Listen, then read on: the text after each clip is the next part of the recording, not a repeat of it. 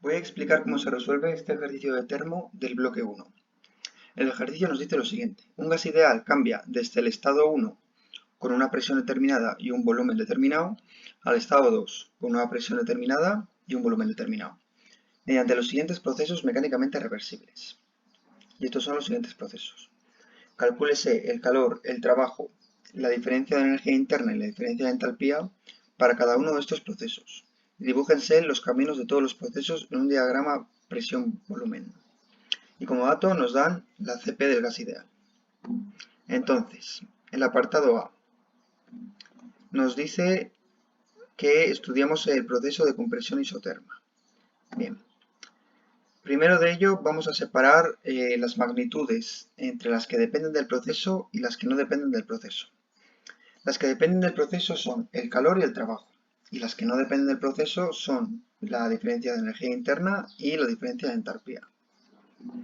Entonces, para calcular la diferencia de energía interna y la de entalpía, pasamos a la ecuación energética del estado, que en un gas ideal es incremento de energía interna igual a N por CV por el incremento de temperatura e incremento de entalpía es igual a N por Cp por incremento de temperatura. Como en este apartado la compresión es isoterma, lo que quiere decir que la temperatura no varía, entonces este término será cero, lo que hará que el incremento de energía interna y el incremento de entalpía sea cero. Y como hemos visto aquí antes que estas dos magnitudes no dependen del proceso, serán cero para cada uno de nuestros apartados. Para todos estos apartados, la energía interna y la entalpía serán cero. Entonces, pasamos a calcular el calor y el trabajo, que serán iguales, ya que por el primer principio de la termodinámica vemos que la energía interna es igual al calor menos el trabajo, que como es cero, pues el calor y el trabajo serán iguales. Ahora bien, calculamos el trabajo, y con ello ya tenemos el calor. El trabajo es igual a la integral entre el estado 1 y el estado 2 de la presión por la derivada del volumen. Como estamos en un gas ideal, P por V va a ser igual a nRT. Por lo tanto, sustituimos. Lo que nos queda, nRT partido V. Todo esto será constante y derivamos respecto de V, por lo que nos queda esta constante que hemos dicho antes por el logaritmo neperiano de V2 partido V1. Y como todo esto, como hemos dicho aquí, es igual a P por V, nos queda P1 por V1 por el logaritmo neperiano entre V2 y V1. Todos estos datos les tenemos, así que sustituimos y tendremos un trabajo determinado, que como es igual al calor, pues ya tendremos tanto el calor como el trabajo en el apartado A. Y lo dibujamos como nos piden, del estado 1 al estado 2. El apartado B nos dice compresión adiabática seguida de un enfriamiento a presión constante. Para este apartado vamos a separar dos caminos diferentes. Primero, la compresión adiabática, que es del punto 1 al punto 2', y luego el enfriamiento a presión constante, que es del punto 2' al punto 2. Del 1 a 2', pues realizamos el trabajo como hemos dicho antes, integral de P por la derivada de V, que nos queda una constante que es P por V elevado a la gamma, y con distintos procedimientos matemáticos nos va a quedar este resultado. Entonces, tenemos todos los datos de esta ecuación menos el término de V2'. O sea, no sabemos cuánto es el volumen en el punto 2'. Sí que sabemos cuánto es la presión porque hemos dicho que es la misma que en el punto 2. Entonces, para calcular el volumen en el punto 2', como es un gas ideal, podemos hacer esta igualdad. P1 por V1 elevado a gamma es igual a P2' por V2' elevado a gamma.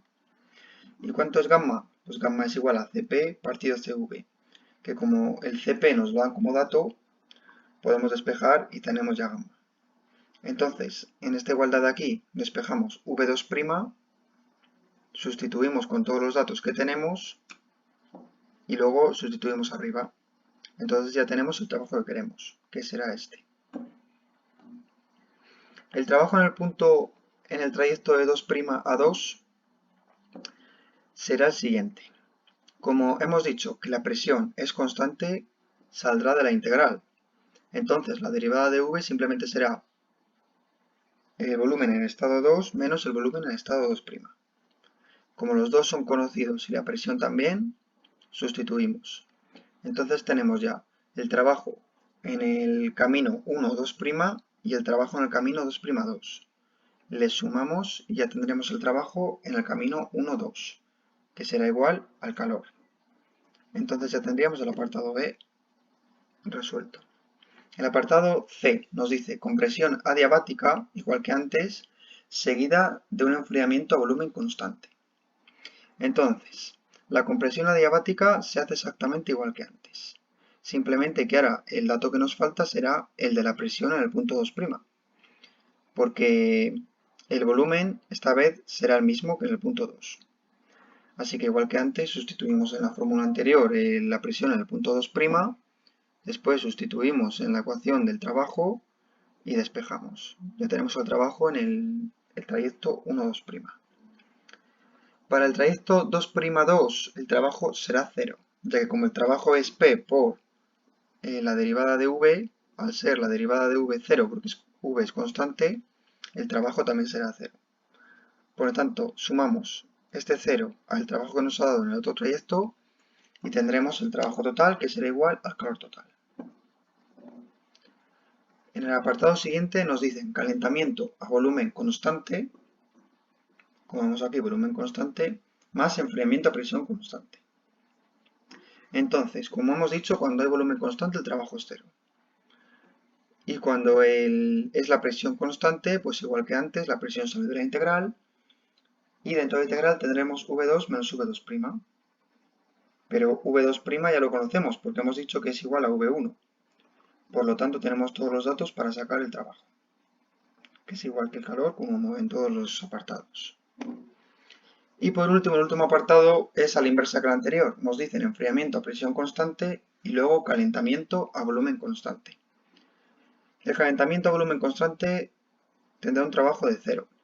Y el enfriamiento a presión constante, pues igual que antes, sacamos la presión de la integral, tenemos V2' menos V1 y V2' será igual a V2 porque el volumen es constante.